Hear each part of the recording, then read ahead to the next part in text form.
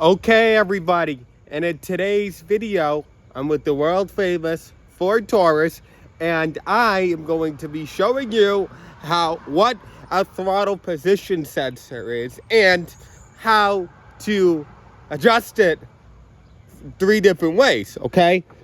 So there are, because this is a computer electrical drive system, throttle position sensor right there.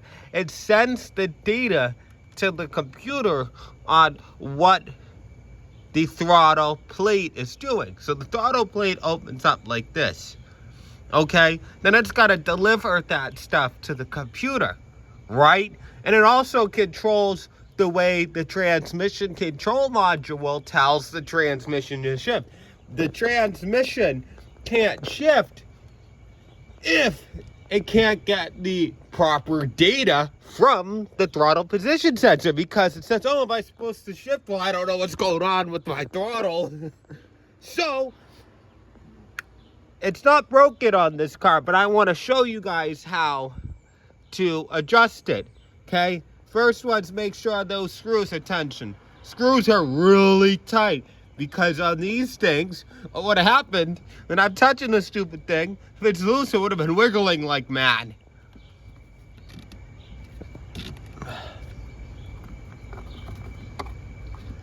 When I did my brakes, I forgot to put the stupid thing on all the way. All right, there we go. So, second method is what you do is you unplug negative battery terminal and let the cars do a cold soak for a couple hours. I already did that plenty of times. So, next thing is, now we really got to be slow and easy on this one. Find the key. Draw rights, drunk in the back. Whee!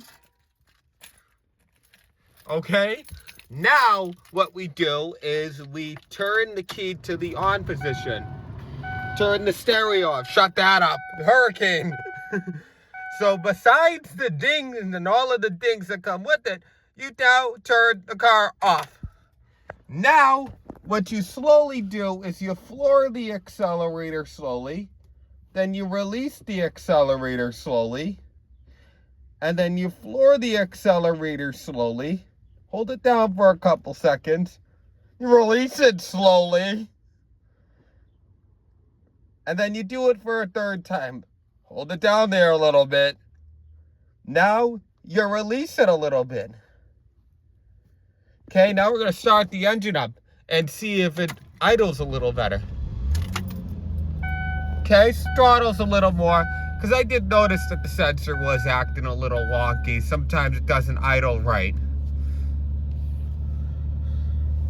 Let it warm up a little bit before I rev it, because I mean, hey, you know, you're doing 200 to 8,000 miles. So I know one thing about these things, and it's preventative maintenance to keep that throttle position sensor intact. Because if the throttle position sensor gets damaged or stops working, well, it can damage that transmission and make it overheat. Which, again, unless you got a lot of money, you really don't want that one to happen. So, letting the engine warm up. Not going to blow the motor up and burn all the oil out of the back on a high cold engine.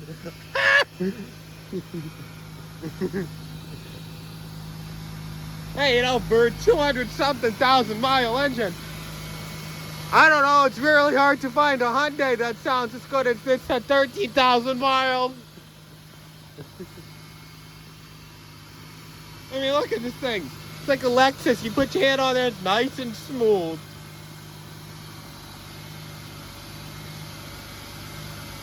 So let's test the throttle a little bit and see if it's more appropriate. Sometimes you feel it sputter a little bit. Door, get out of my way. Beep!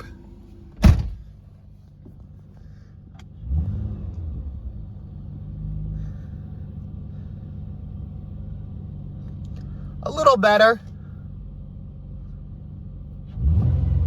Yeah, it's got a supercharger. Oh, you're gonna hear that burble. Beep. Oh yeah. 2,000 RPMs, baby. This car is got, so I want to show you guys.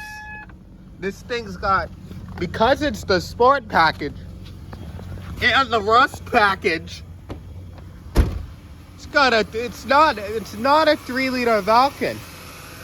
3-liter Vulcans were only used on the SE, the LX, and the SE's manufactured from 2000 to 2003.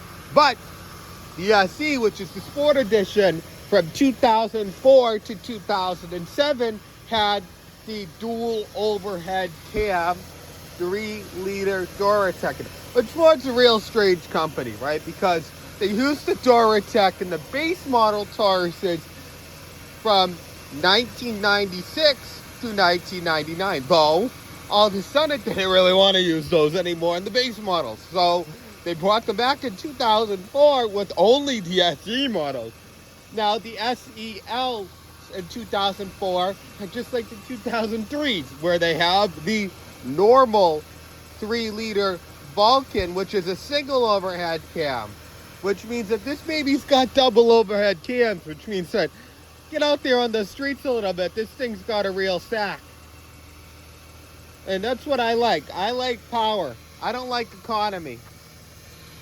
Now, you get what you get, you know. This is a prime example.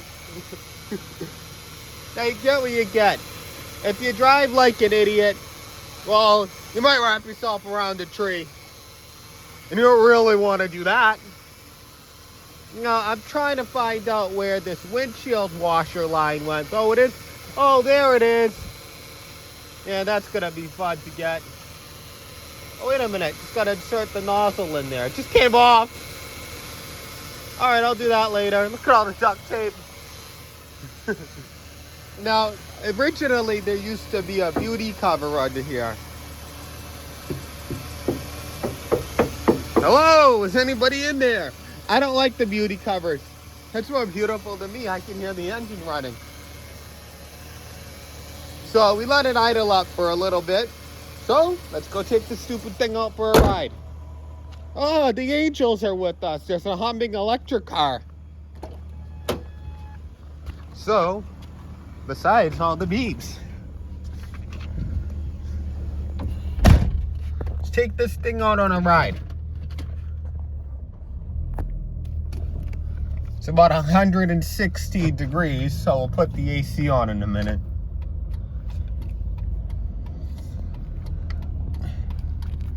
Now, the town that I live in is the land of red lights.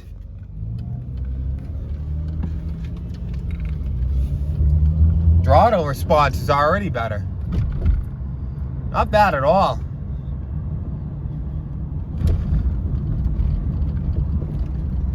Notice a Tesla cuts me off. Well, welcome to Massachusetts, everybody.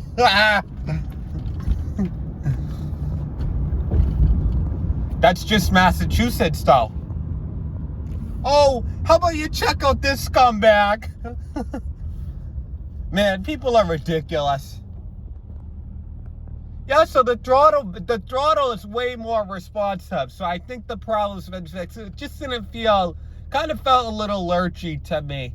So, you know, the sensors could be a little wonky. So I already have a Ford Motorcraft one on the way.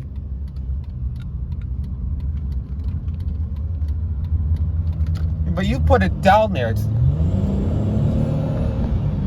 Oh, that's what I mean when you put it down there in this thing. It fucking gets up. That's what I love about this car.